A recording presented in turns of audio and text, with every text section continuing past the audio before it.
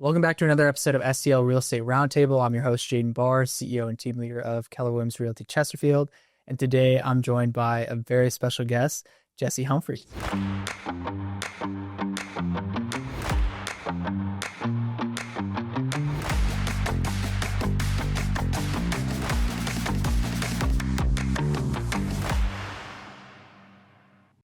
Jessie, thank you so much for being here. Thanks for having me. I'm excited. Yeah, you said this is your first podcast. Favorite correct? first. Okay, let's go. Well, Yeah. Let's dive right in. I like to start pretty much every episode the same way, which is what led you to a career in real estate? Honestly, I didn't even know I was going to get into real estate. I was bartending. I loved bartending. And I just happened to be I worked at a title company during the daytime. They laid off and I was just doing my bartending thing. And I decided one day, I'm like, okay, I need a day, something daytime. So I started applying and I met an awesome team leader. I went through 6 interviews to get the job that I got. Wow. Yes. Okay. So after the 6th interview, I'm like, if I don't get this job, I'm done. I'm not doing this anymore. But I just started out as an assistant to her and got my license in the first year. Because I loved it at that point. I was working with a couple of agents on our team and I loved it. And so I got my license and then slowly just kind of moved from an assistant to the director of operations and then director of sales, basically over the buyer's agents on our team. Okay. Yeah. Awesome. So you said you loved it from the beginning. What aspects of real estate did you love? I loved closing day. I love closing day. I was really excited when I got to start going to people's closings, especially the first time home buyers. Those were really fun. And my team leader was just awesome. So she just made it a really great experience. People just raved about her and I wanted the same. Mm-hmm. So awesome. Yeah. That's awesome. So you had a great mentor. Yes. Right.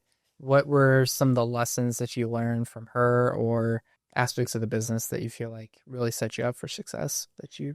I think the number one thing that I learned from her is email is not a form of communication.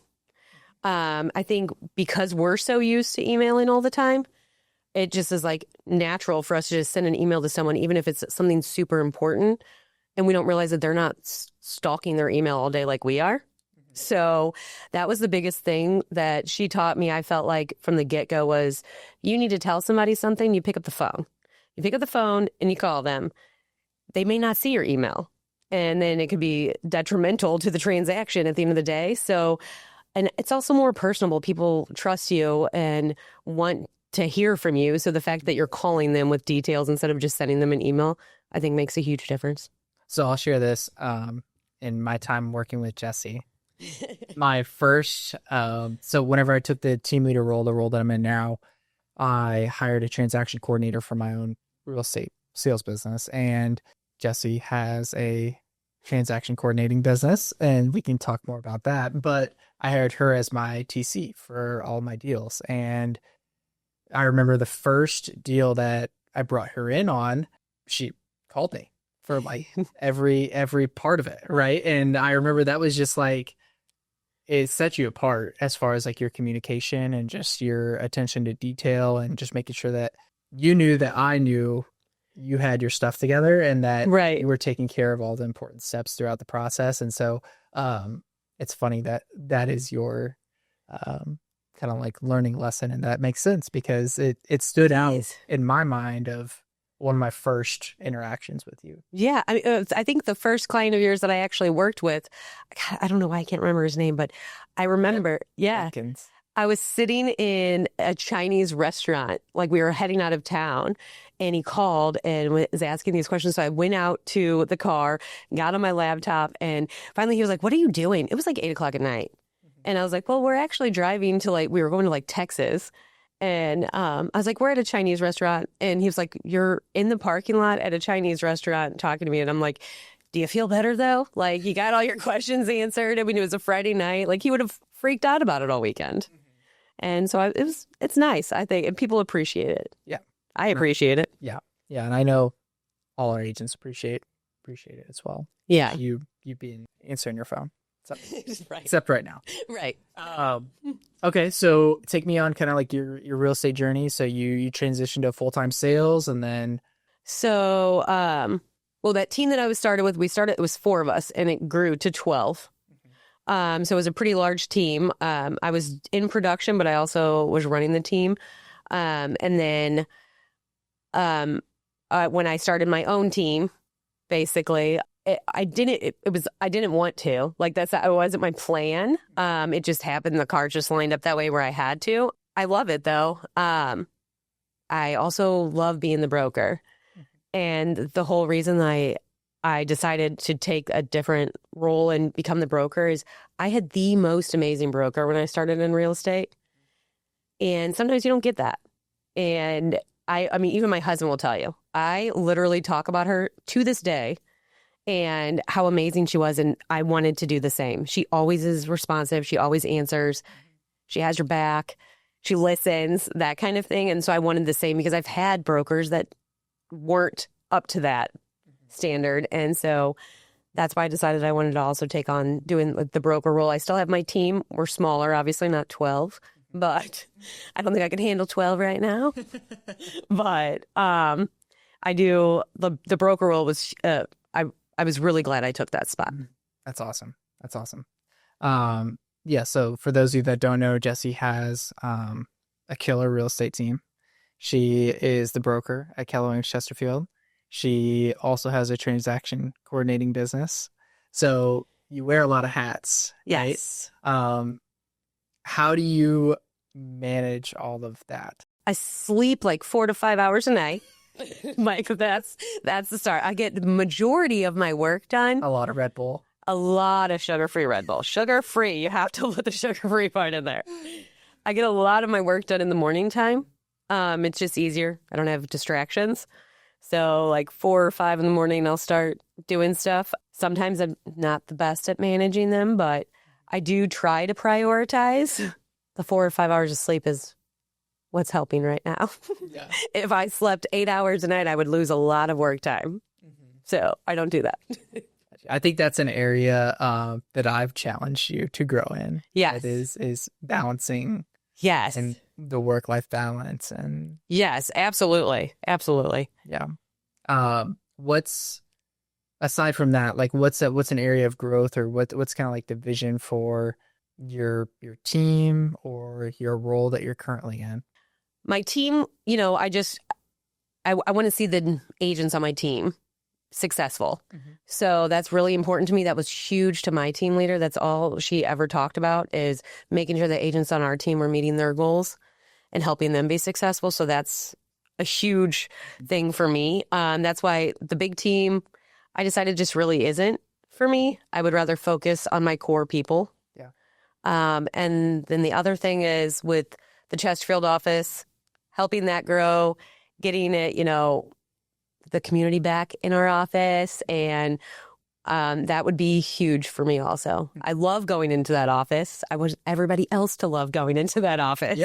Yeah, absolutely. Absolutely. And I think the community aspect is a piece that I think just society as a whole is fighting to get back, right? I mean, people went into COVID and got used to working from home and spending all their time at home. Yes. And in their home office. And then they forgot that, there's like, relationships outside of just my family that I should probably be developing. And, especially in this industry, like real estate is all about your relationships. Both with your database, your clients, but also like agent to agent relationships. Like that's led to so many deals for me where I know the agent on the other side of the deal. And because, you work well together. Right. It leads to a transaction, right? So I think building relationships with agents within your office, outside your office, like that's a great piece of advice for agents out there. Yeah. I agree. You have to. I got used to working at home. Yeah. But I love when I go into the office. Like it's just, I think everybody needs that. Needs somewhere to go outside of your home to work, because it's really hard. You get like in a funk if you just sit at your house every day. Oh yeah, for sure. And just like, hearing different perspective, hearing what other agents are doing to succeed. Even if you're already a successful agent, I think there's always room for growth. Oh, yes, Yeah. absolutely. Yeah. You can always learn from the person sitting next to you. Yeah. Yeah. What's from the broker role? You mentioned that you've heard from other agents that there's maybe at other brokerages or wherever they are, they've had negative experiences with their broker relationship. Mm-hmm.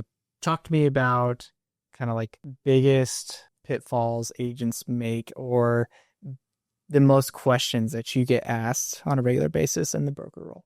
What do you wish agents would do so that they didn't have to call you? I mean, and I never actually mind the calls. I appreciate it instead of them just doing something and then later we're trying to correct it. But I think the biggest thing to me is everything is changing all the time. And so if you don't stay up on the trainings and the classes, you don't know what you don't know. Mm-hmm. So people are I'm getting those phone calls, after they've submitted a contract and they didn't realize that they were supposed to attach such and such rider because it's a new one or something like that. And I mean, I've seen people get burned by it. Yeah. And so, I mean, keep going to the trainings or just calling me before you do it. Yeah. And I think, if you could probably tell and identify, like, whenever you're doing a deal with an agent at another brokerage that they don't have the training, you can probably tell that very quickly. Yeah. Is that a safe assumption? Oh, yes. Okay. So if you're an agent at another brokerage that needs training on forms and contracts, feel free to pop over to one of ours. You don't have to be licensed with us. We'd love to have you. Yes. Everybody can learn. Everyone can learn the contract. I mean, they have changed so much in the past year, too. They really have. So it doesn't, I mean, going to those classes anywhere, it just is going to be beneficial because they keep changing. Yeah. And I'm sure it's not the last time. So absolutely. Absolutely. Yeah, this industry's changing. Yeah, absolutely. So when you think of your business, what are you most proud of? Oh. Or just yourself as like a professional entrepreneur? I mean, I went from, not that there's anything wrong with bartending because I love it. I still actually do it sometimes. So I think the discipline that I went from working all night long, sleeping all day. The discipline that I got from switching careers and myself growing in that was huge to me. I'm really proud of the agents that I do have on my team. I've had the same agents for years. And a lot of teams, you see the turnover a lot on teams. And I think just being the relationships that we've had over the years together and just growing together too. Like some of them started with me at the very beginning when I came in as an assistant, So that would be the biggest thing for me. I love seeing them grow too. So I'm really excited that I have a core 3 that are still with me, and that makes me really happy. That's awesome. I'm very proud of those girls. Yeah, you mentioned the high turnover rate on teams. I think a lot of teams out there, it's just like churn and burn, and Mm-hmm. and also, I mean, agents, they probably get to a point where they aren't getting what they want anymore, or maybe they want to go start their own team or whatever it may be for the reason for leaving. But what do you think has led to like that stability and I guess that loyalty to your team? I think they're loyal to me because I'm loyal to them. Like I try to put them first all the time, and we work really well together. Like I'm not a team leader where they call me and I'm like, well, you need to figure out, like, I want to help. So we work through things. One of the girls on my team, she's had some difficult clients, and I remember this one client that she had all of a sudden just wanted out of this deal. Like so bad, just wanted out of this deal. And we couldn't figure out why. And I kept trying to get her client on the phone to help her because she's like, I'm lost. I don't know what to do. And the client texted me and said, sorry, I'm only available to talk at like 4 a.m. So we're not going to be able to connect. I was like, that's great. I'll call you tomorrow at 4 a.m. And I did. And I talked to her and we saved the deal. It was literally just a lack of her having enough funds for the closing. And she was like embarrassed to say it for some reason. Okay. And so I think that has been a huge thing. I mean, I'm always trying, like I want to help. And their SOI, I treat just like my SOI. They're very important to them. And so I want my agents to know that those people are important to me too. And they're the same way with my clients. Like they take very good care of my clients. If we work together, if I'm out of town, one of my agents will help my clients. If they're out of town, I help them. I'm not, because I'm the team leader, I'm not like, oh no, I'm not showing for you. Like we work together as a team. There's nobody above the other person. Yeah. I love it. I love it. So it's like a family aspect. Yeah. Yeah. Okay. It actually is kind of family Yeah. because one of my agents is my husband's ex-wife and she's been with me forever. That's dynamic. Yes. That's the dynamic. That's awesome. She's also like my best friend. So it works out great. It works out.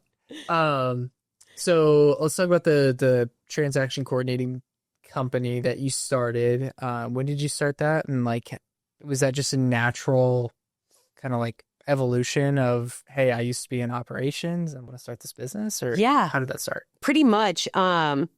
So I did contract to close for that team that I was, when I was the director of operations, I did that too. And then we actually got so busy that we hired someone else and I trained her. I missed it. I missed that part. I like that part.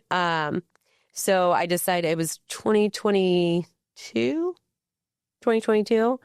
I decided that I wanted to, continue to do that more. I was doing it for my team already. Like I didn't hire a separate contract to close person. I just did it for me and the agents on my team. Yeah. So I decided to move forward with it. I kind of actually like rolled out pretty quick. Like I was just expecting, to do a few here and there, but it happened pretty fast. Okay. So how many transactions are you coordinating like on a month-to-month basis, right? Probably about 35. 35. Mm-hmm. Okay. That's a lot. Yeah.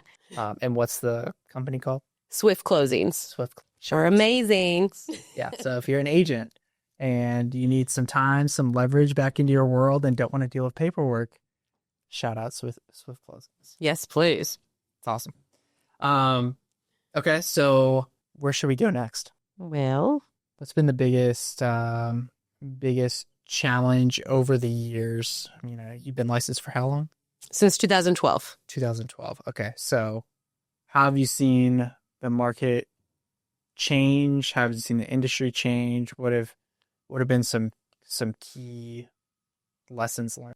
I would say that like the biggest change obviously was during COVID. I mean, when people were paying $50,000 over and waiving everything.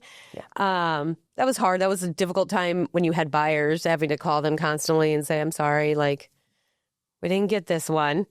But the most amount of offers that you wrote for one client? 12. 12. Mine was 13. And I mean, that was a devastating phone call to make that to them every single time. It was horrible. But I think after COVID, hearing from some of those people that did waive inspections and waived appraisals, even though maybe we told them not to, though that was the hardest time, I think, hearing from them and, this is what's going on with this house, or I lost my job and I can't sell it for what I owe and things like that. Like that has been a really hard time in our market. And it's been really hard for me with like my buyers and sellers. Like if they call me, like that's devastating, like to hear that. So I think I learned a lot from that is whether I know we're up in multiple offer situation, but that doesn't mean you have to waive everything. Yeah. Just like, because somebody else is willing to do it doesn't mean that you should be. Yeah. At least, I want you to protect yourself. Mm-hmm. So that's been my biggest like eye opener with everything that's happened is I just want to make sure that my clients are protected. Some may choose to still do all of that, but at least you're telling them up front, like, hey, this is not, I'm not afraid to tell someone if I go into a house, instantly, if there's mold in that house, my head pounds. And I know it from like the second I walk in the door, like one of the girls on my team, Nicole, she says, she's like, she knows that I have like this weird sixth sense that like I go into a house, if there is mold, I know instantly. And I will walk into a house. I am not afraid to tell a buyer, nope, you're not buying this house. We're not doing it. Let's go. We're running. Like, I am not afraid of that. I want my buyers to have the best house. And so I'm not letting them skimp and cut corners. Yeah. Why do you think people love working with you? I'm real. Mm-hmm. I'm real. I think that's the biggest thing. Like, I'm not gonna sugarcoat things. I'm not going to, I'm gonna be honest with you, and I'm always myself. Like, I don't try to be someone else. I'm very professional. I mean, I am, but I'm a real person, and I want the best for them, and I think that they know that, and they can sense that, and they learn to trust me. And I think trust is the most important thing in this business. Oh, absolutely. Absolutely. Talk to me about the kind of like the highs and lows, the emotional roller coaster that real estate can be. I think that's something that like a lot of agents, it takes some getting used to, especially agents. And not many agents just go straight into real estate, right? It's a transition from another career, and more often than not, it's probably from like a 9 to 5 that they got a paycheck every 2 weeks and Right. steady income. So like, talk to me about that, like the emotional roller coaster that can be real. What you've done over the years to kind of navigate that successfully. I mean, I think it's an emotional roller coaster because you're not prepared. But we have slow seasons, just like in most businesses. We have slow seasons, but if you're not doing the work, you're going to constantly be stressed out. Like, if you are putting the work in, whether it's a slow month, a busy month, you're doing your lead generation every day, you're blocking your calendar off for certain things.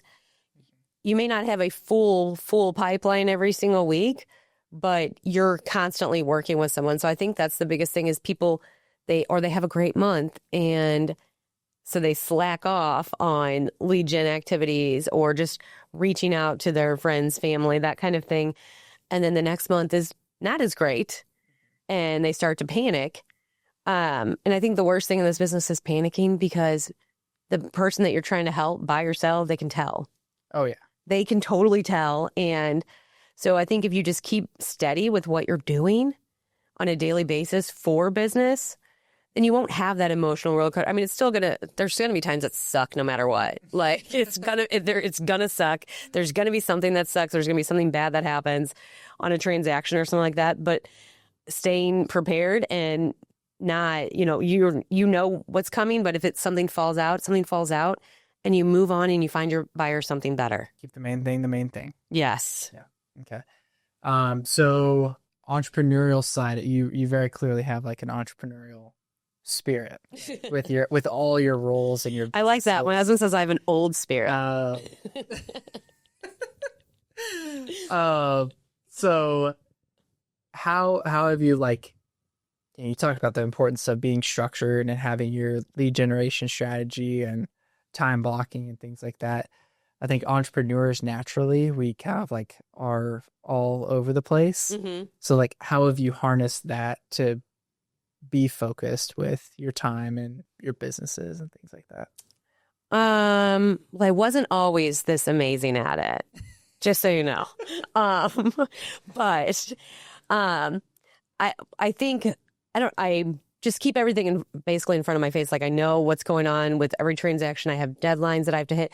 And I know at the end of the day, if I'm not paying attention to my email or deadlines or looking at houses for this particular buyer and they're looking in this certain set of, I could cost them to miss out on something. Mm-hmm. So I think I do have a very strong work ethic. But it comes from a good place. Like, I want to make sure that everybody's taken care of, and I don't want to miss anything or let anybody down. Yeah. So, I mean, I think there's days where I don't do lead gen like I'm supposed to. Trust me, there's a lot of those. But I can feel it when I don't. So it kind of like bumps me back into reality. Like, what are you doing? Like, you need to start planning your days better, and you're really good at your calendar. So I'm working on my calendar, getting that better. I know you're really good at yours.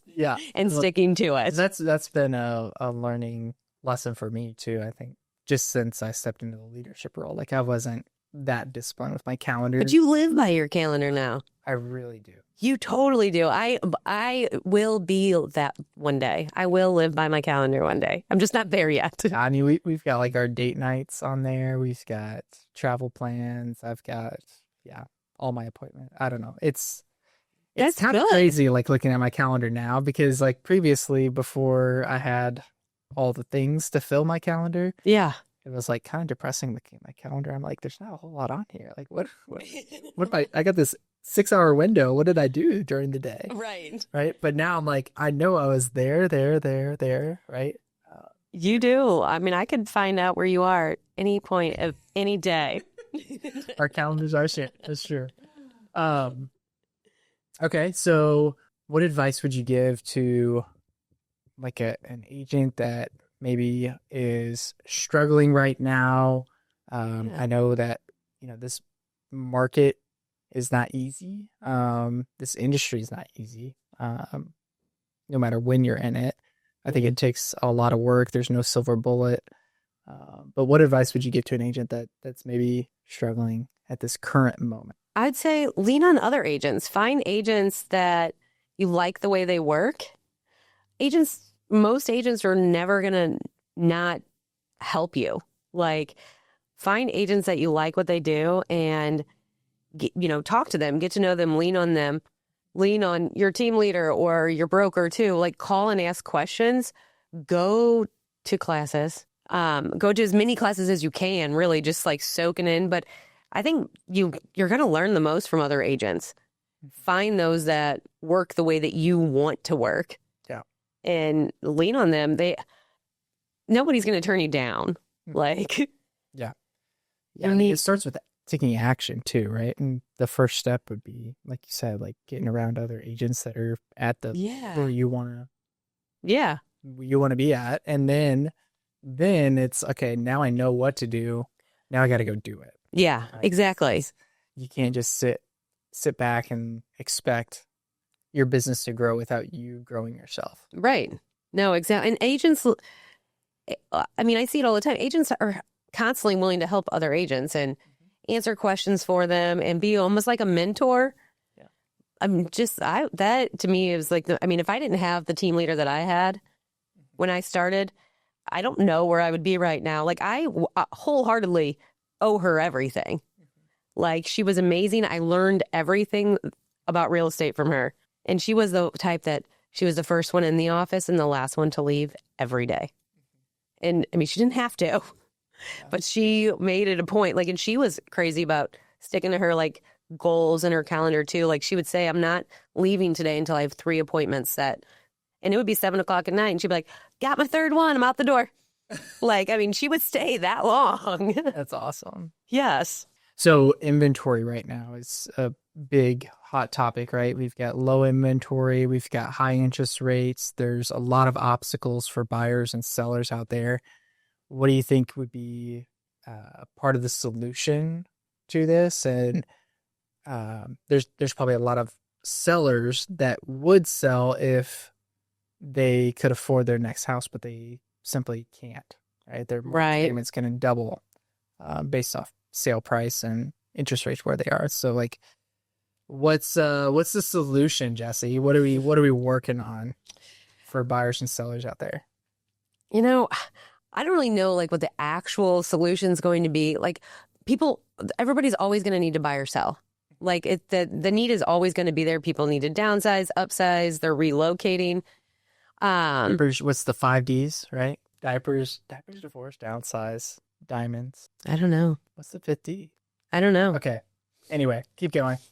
But people are always going to, and in our business, people get out of this business because of slow times like this. And in my opinion, that's the time that agents that work hard thrive. Yeah. Because someone is always needing to buy or sell. So as long as you're still in it to win it kind of thing and you're there for them, your business is going to stay afloat. You just have to keep at it. You might have to work a little bit harder than you had to 2 years ago. Yeah. But as long as you keep at it, your business is going to be just fine. And you're going to continue to help those buyers and sellers. And eventually everybody has to move. Yeah. It's one point.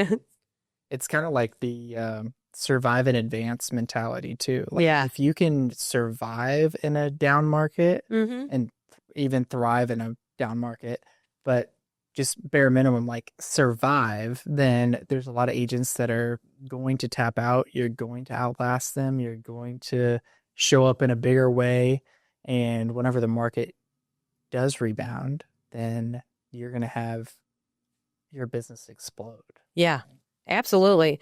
I think too, you got to you got to stay up on like everything. So not just like the contracts. I mean, you got to stay up on the technology, what the new thing is, like to be able to keep up with the competition, because those agents that are learning everything that is new, I mean, stuff's changing all the time. So you have to stay up to speed on what's going on. Mm-hmm.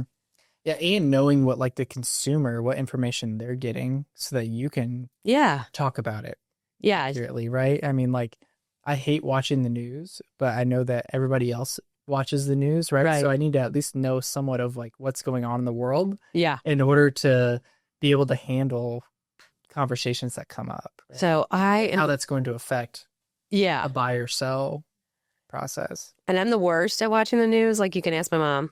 I don't watch the news. I never watch the news. And she's always like, do you like live under a rock? Like, you know nothing that is going on.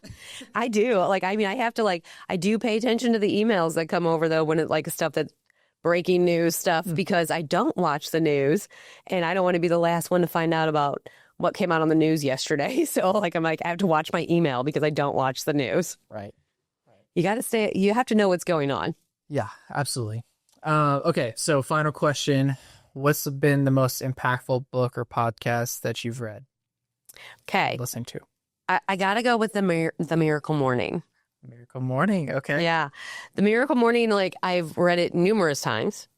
It's like the easiest read also, but the reason is, you know, well, one, obviously I'm a morning person, but there are times like where you feel even defeated in the morning, like, that is just like, that gives me energy and it makes me like really, okay, like you could do this, like today's a new day. Let's start over and have a plan for the day. I love that book. I mean, I've probably read it like 4 times. Basically like start with gratitude. Yep. Start with gratitude. Plan your day. Like, no, in order to be successful, you need to have a plan, and you'll have to have a positive attitude. And some days I don't, but I try every day, but some days I don't. But I think that's the biggest thing, is it helps you just like plan your day and get you from point A to point B. And I mean, I love that book. Yeah. I mean, you can definitely, in this industry, it's like, man, if you don't have a plan for your day, it can take you a million different directions, right? Yes. One bad phone call or crazy appointments or, you know, anything. Yeah. Derail your day if you're not focused and intentional with it. Yes, absolutely. Yeah, absolutely. Okay. Well, Jessie, thank you so much for being on the podcast. Thanks for having me. You being on. You're a rock star. You've been such an asset to Keller Williams Chesterfield and to my own sales business too, through Swift Closings. So I'll give another plug to Swift Closings there. But Jessie, thank you so much for being a part of it. Thanks for having me. Awesome.